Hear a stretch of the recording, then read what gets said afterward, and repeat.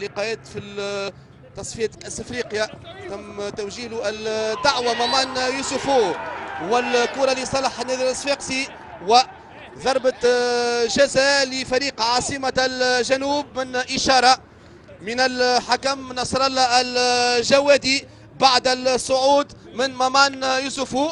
نشوفوا مامان الغاني إشارة بوجود ضربة جزاء حسب إشارة الحكم.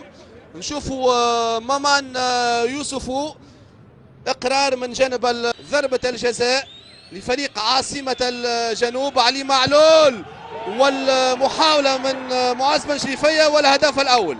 الهدف الأول رامي الجريدي.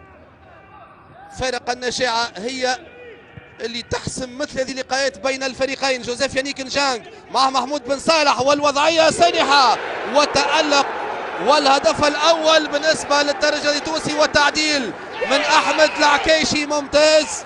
الترجي التونسي بالنسبة لأحمد العكيشي الإجابة على الهدف المسجل، وضربة الجزاء المسجلة من علي معلول. التعديل والإجابة من جانب فريق باب سويقة. أكيد الإعادة بالنسبة بسرعة انطلقت بنجاعة من الفريقين، وإعادة من جديد للهدف من أحمد العكيشي بعد دفاعي محمد علي منصر. طه ياسين الخنيسي، ماهر الحناشي. كرة تبقى لفخر الدين بن يوسف.